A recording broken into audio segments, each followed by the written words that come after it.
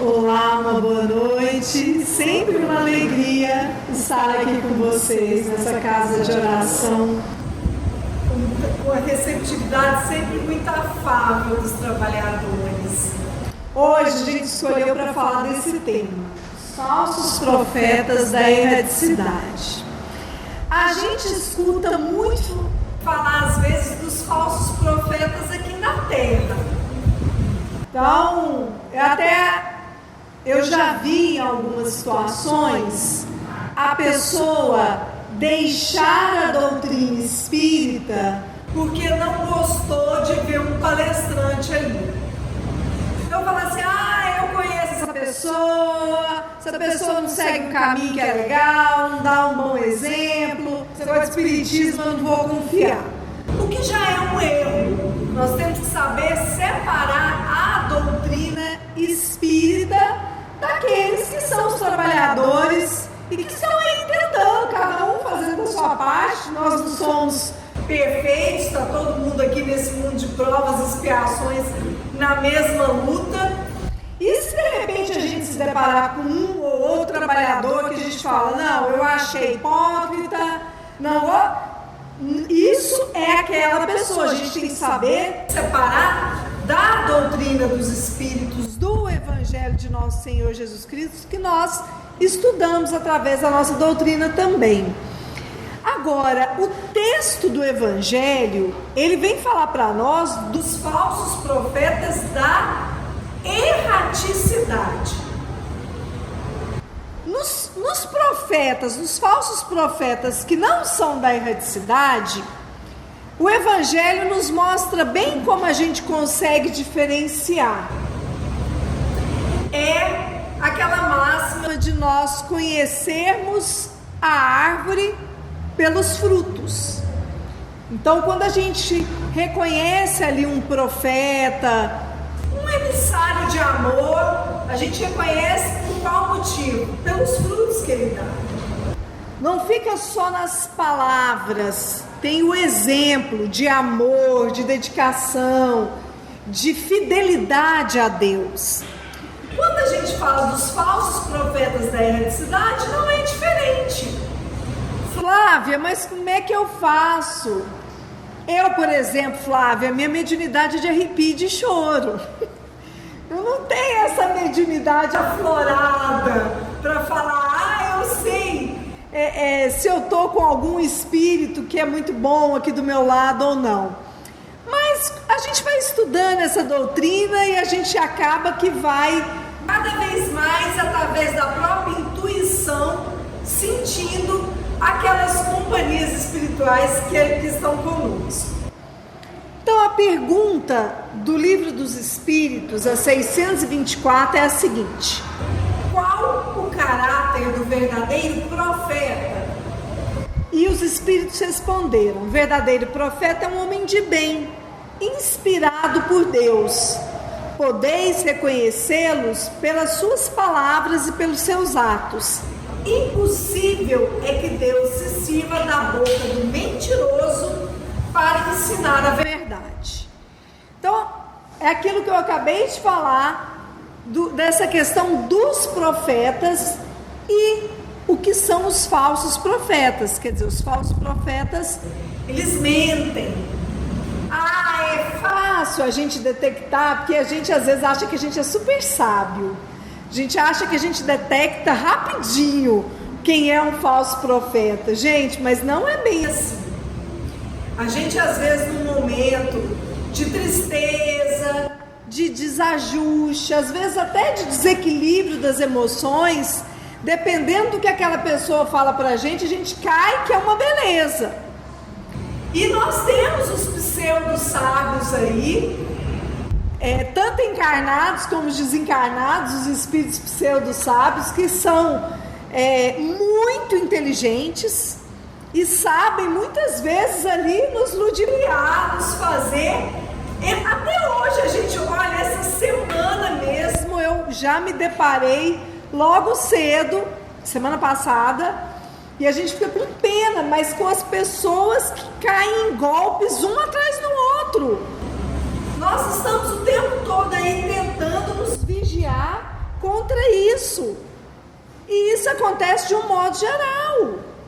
Infelizmente, ainda nesse mundo de provas e expiações, nós ainda temos as pessoas que, digamos assim, que cometem esse estelionato emocional, vamos dizer assim, porque aproveitam às vezes da nossa fraqueza, do nosso momento de tristeza, de angústia, e vêm com as palavras e muitas vezes nos desvirtuam de um caminho que a gente deveria seguir. E aí a gente tem que ter essa vigilância. Como que nós vamos acreditar? Então é o cuidado, é analisar se a pessoa realmente não está só ludibriando, querendo por interesse pessoal, querendo alguma vantagem, se realmente está colocando em prática o bem, se o que ela está pedindo é para ajudar alguém, se não é o personalismo falando mais alto. Então, por isso que é importante a gente estudar a doutrina, porque quanto mais a gente vai estudando, mais a gente vai conseguindo se proteger daqueles que são os falsos profetas, que às vezes tem uma palavra bonita. Não é todo mundo que consegue falar e às vezes ali convencer, persuadir, mas tem pessoas que são assim. E infelizmente, pessoas um pouco psicopatas, né? Que a psicopatia tem diversos graus e que conseguem realmente nos manipular. Ou seja, cuidado redobrado, porque isso pode acontecer com a gente. O Evangelho segundo o Espiritismo diz: os falsos profetas não se encontram unicamente entre os encarnados. Há-os também em muito maior número entre os espíritos orgulhosos, que aparentando amor e caridade, semeiam a desunião e retardam a obra de emancipação da humanidade, lançando-lhes de través seus sistemas absurdos, depois de terem feito que seus médiuns os aceitem. Então, gente, existem sim esses espíritos que tentam de alguma forma causar desunião. De vez em quando a gente é questionado se nós devemos nos posicionar politicamente. Mas nós vamos ficar omissos, a gente vê outras religiões em defesa da nossa pátria. E eu mesma, como às vezes, falo nas casas, se for olhar minha rede social, vocês não verão uma manifestação minha, porque as pessoas acabam que ligam, eu divulgo palestra onde eu vou dar. E por que isso?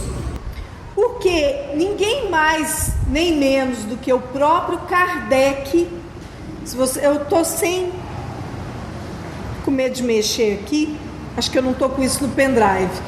Foi publicado na Revista Espírita,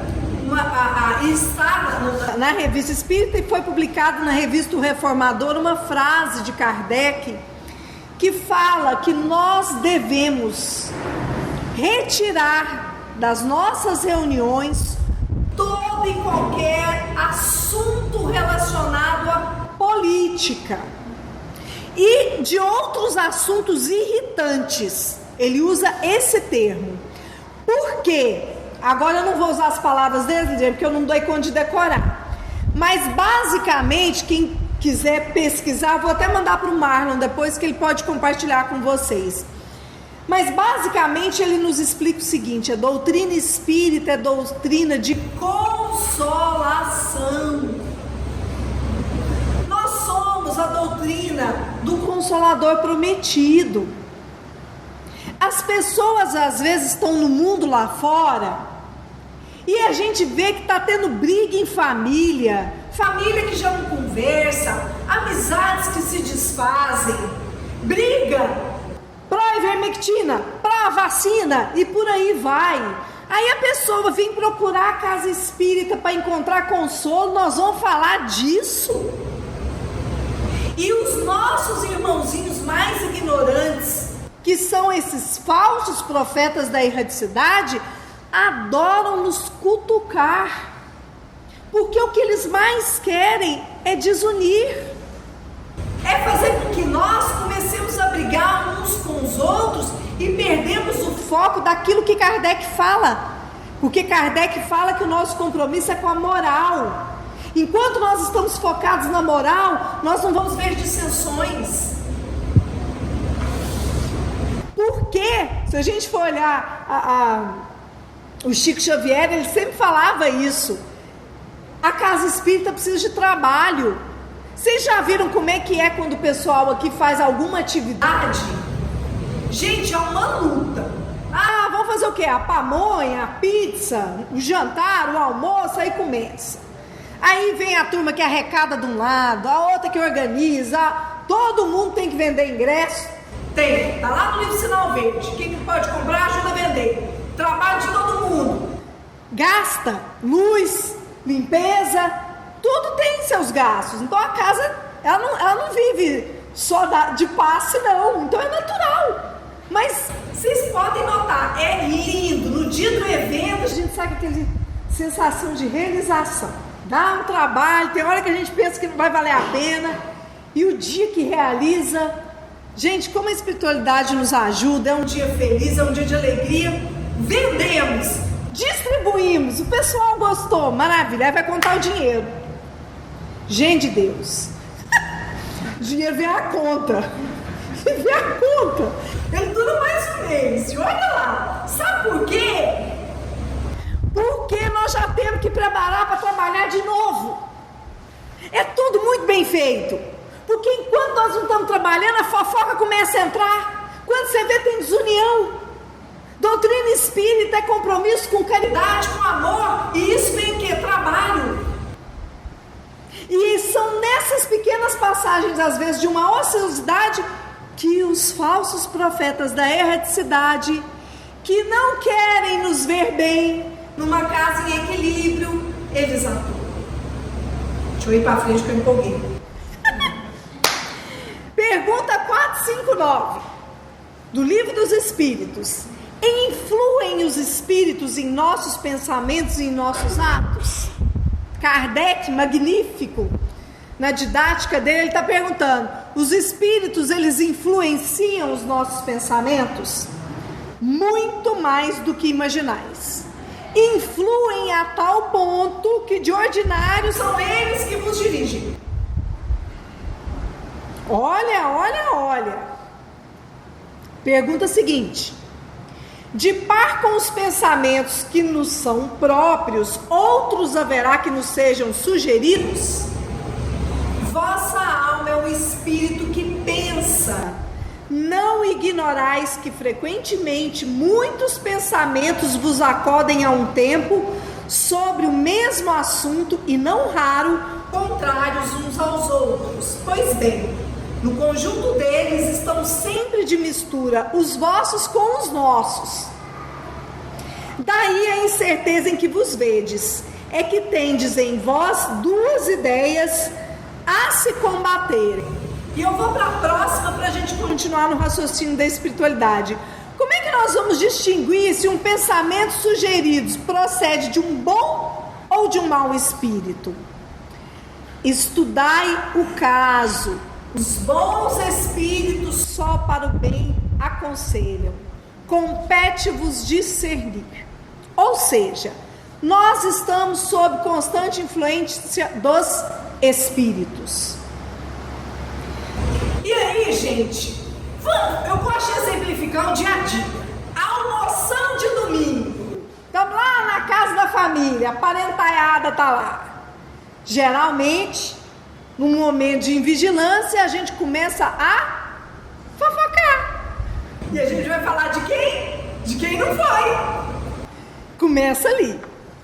Quando termina de falar de um, a gente vai falar de outro. Daqui a pouco a gente está falando do outro. Dependendo do que você fala, o outro vai dizer, mas daquela vez você ficou do lado dele. Pronto, é tudo que os irmãozinhos que estão nos instigando a maledicência queriam. O almoço que era maravilhoso, quando a gente vê, tá a mãe chorando de um lado, o pai pedindo para parar. Por quê? Porque nós demos brecha para esses espíritos. É um exemplo que eu estou dando, isso acontece às vezes no trabalho, às vezes com um vizinho. É natural, ainda estamos no mundo de provas e expiações, mas isso é para a gente ter uma noção de que quando nós agimos assim, nós somos aqui um radinho e nós temos uma anteninha e nós sintonizamos com os espíritos que nós queremos. Não me venham depois, quando fizer alguma coisa errada, e falar: nossa, eu acho que foi um encosto que estava comigo. Pode parar com isso. Cada um de nós tem o livre-arbítrio. Cabe a nós escolhermos as nossas companhias espirituais.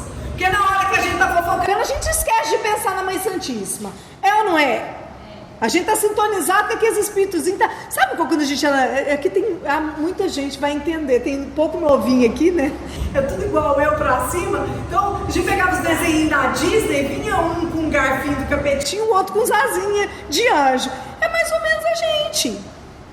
Gente, é tão interessante que nós estamos aqui agora, tá cheio de espírito desencarnado aqui. Alguns estão esperando a gente lá fora. Verdade, verdade.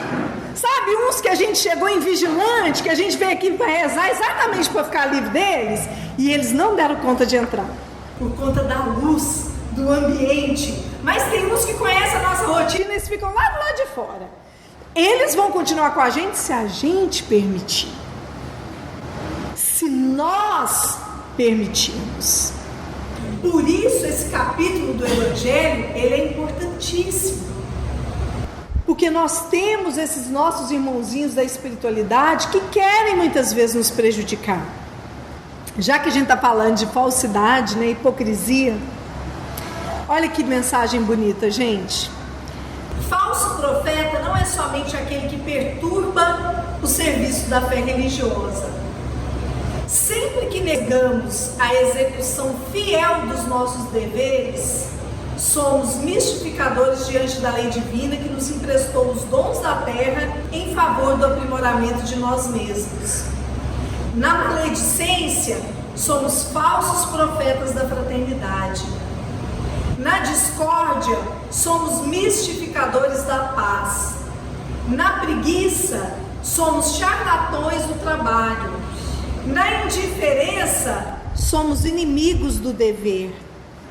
Toda vez que olvidamos as nossas obrigações de solidariedade para com os nossos semelhantes, que prejudicamos o serviço que nos cabe atender, que fugimos aos nossos testemunhos de humildade, que oprimimos as criaturas inferiores, somos falsos profetas do ideal superior que abraçamos com o Cristo. Então, gente, nós temos muitas oportunidades aqui na Terra. Nós estamos todos juntos no mesmo barco, nesse mundo de provas e expiações. E todos nós somos testados todos os dias, sem que a gente perceba. A gente sai na rua, é com um vizinho, a gente é testado até para as vezes a gente vai cumprimentar. Engraçado isso, né? Porque é o seguinte, gente.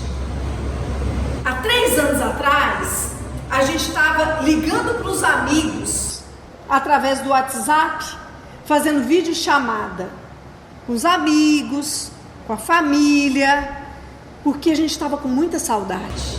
4, 5, 6 meses sem encontrar. Plena pandemia, todo mundo com medo da Dona Morte ter bater na nossa porta. Então a gente estava numa sensibilidade. Aí a gente pegava e fazia a videoconferência.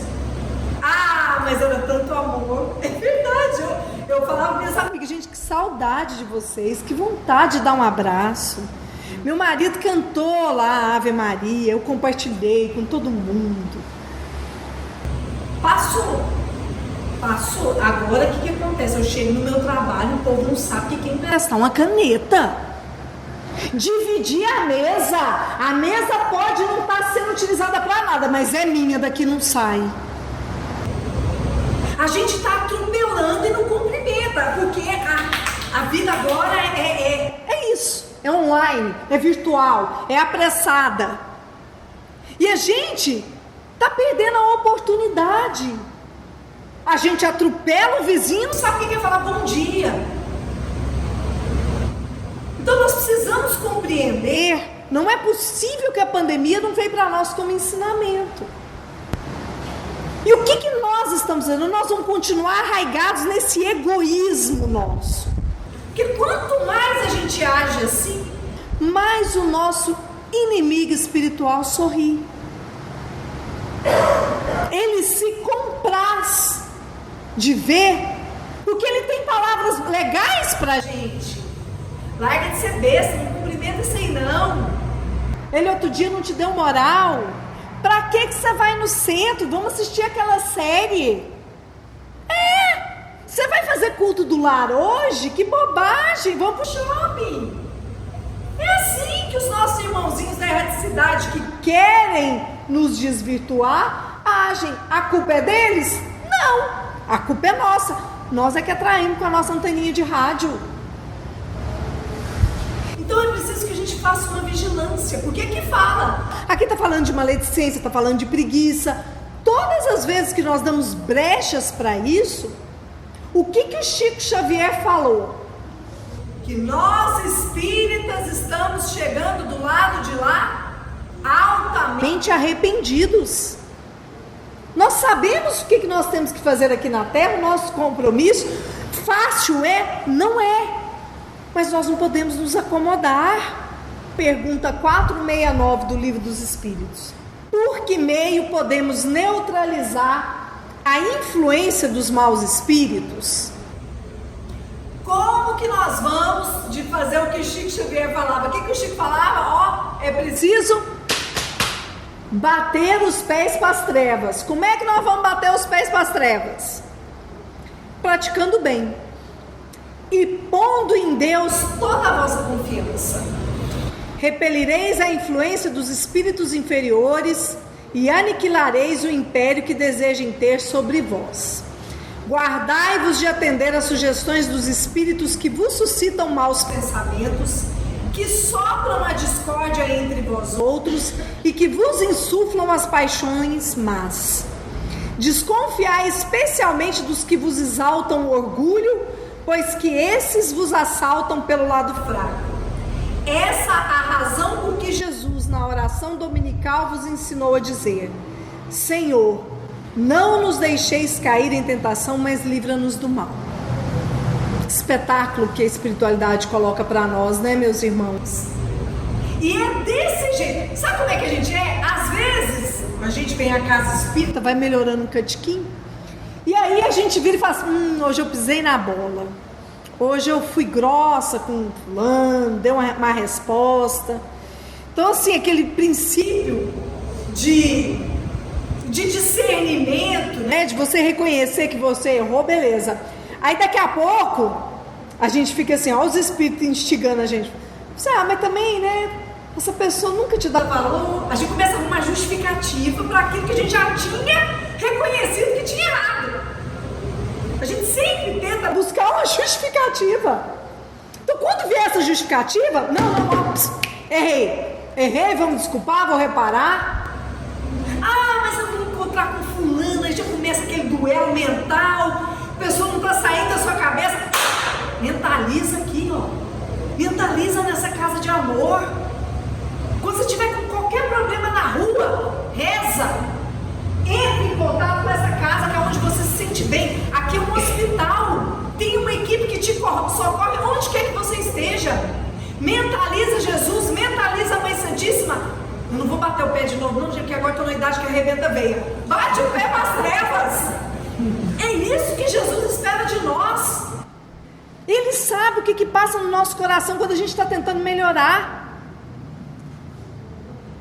E eu não deixaria de falar sobre esse tema sem abordar o culto do Evangelho. Mas é um culto feito com seriedade. Porque é um momento, como disse nosso querido Bezerra de Menezes, olha que bonitinho. Evangelho é sol nas almas, é luz no caminho dos homens, é elo abençoado para a união perfeita. Evangelizemos nossos lares, meus filhos, doando à nossa família a bênção de hospedarmos o Cristo de Deus em nossas casas. É a hora da gente receber Jesus em casa. Um pouquinho antes, já coloca uma música, harmonize, não precisa ser culto longo não. 15 minutinhos, faça a prece, leia o Evangelho, comente, vê o que a espiritualidade trouxe. Pode ler um pedacinho de Fonte Viva, Pão Nosso, preste o encerramento, aguinha fluidificada. Nós nunca estamos sozinhos. Vem uma equipe em nosso socorro. Eu acho que é no livro Mensageiros, não foi abordado isso no filme, porque são muitas as mensagens, mas tem uma passagem que eu acho que vocês vão lembrar, de que eles estavam no Rio de Janeiro, André Luiz, e que começou uma chuva horrorosa no Rio de Janeiro. E ele começou a perceber que os espíritos desencarnados, mas que ainda estavam presos à matéria, eles se achavam vivos, eles começaram a correr. Primeiro eles procuraram os bares, mas aí os bares estavam fechados, eles iam para dentro das casas, porque eles achavam que eles iam pegar chuva. Sabe qual casa que eles não adentravam? As casas que tinham culto do lar, que tinham o Evangelho. Não só dentro do Espiritismo, né? Qualquer outro que tenha uma religião e que traga Jesus para dentro do seu lar é ponto de luz. Agora tem que ter disciplina, porque tem uma espiritualidade que se faz presente no dia que a gente marcar. O meu é todo domingo, 8h30 da noite. Só quando eu viajo eu peço permissão para a espiritualidade, não vou estar lá. Mas a casa é deles. Finalizamos, meus queridos, com essa mensagem de Emmanuel.